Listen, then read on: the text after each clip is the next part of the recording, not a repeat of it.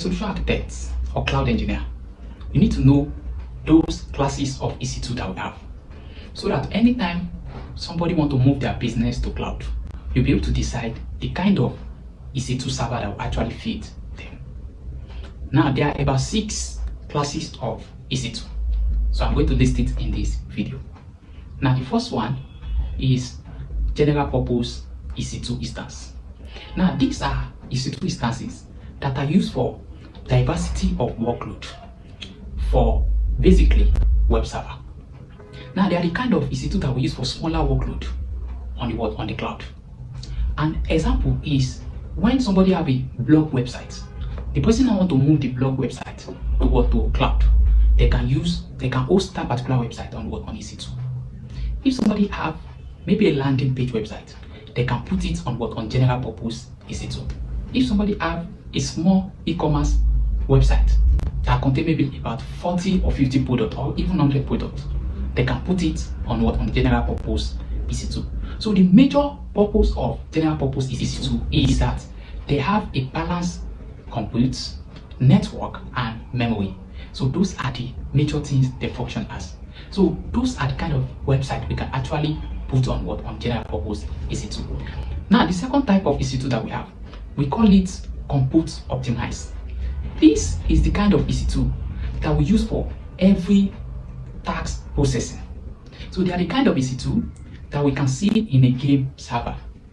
So we majorly use them for hosting game application, because game application required every time taxing and every time processing. So they are the kind of EC2 that require every task. So they require every task and every processing power. So that is why we need to host game server on this kind of website. So another website that we can host on this kind of website is we can host a booking website, maybe ticket booking website or hotel reservation website, any kind of website that require many people booking a website.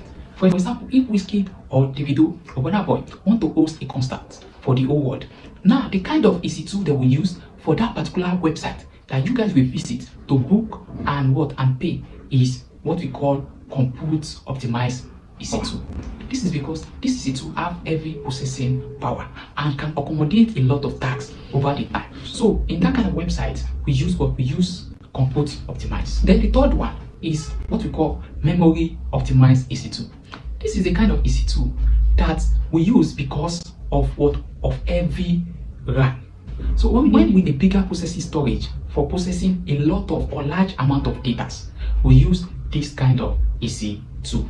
Now, example is the kind of server that Netflix use, the kind of server that all those big applications like bank, like hospital system, Amazon itself use this type of EC2, because it is based on memory optimized. It is based on the memory, because the memory will be used to process large amount of data, and that is why it is used in this kind of websites.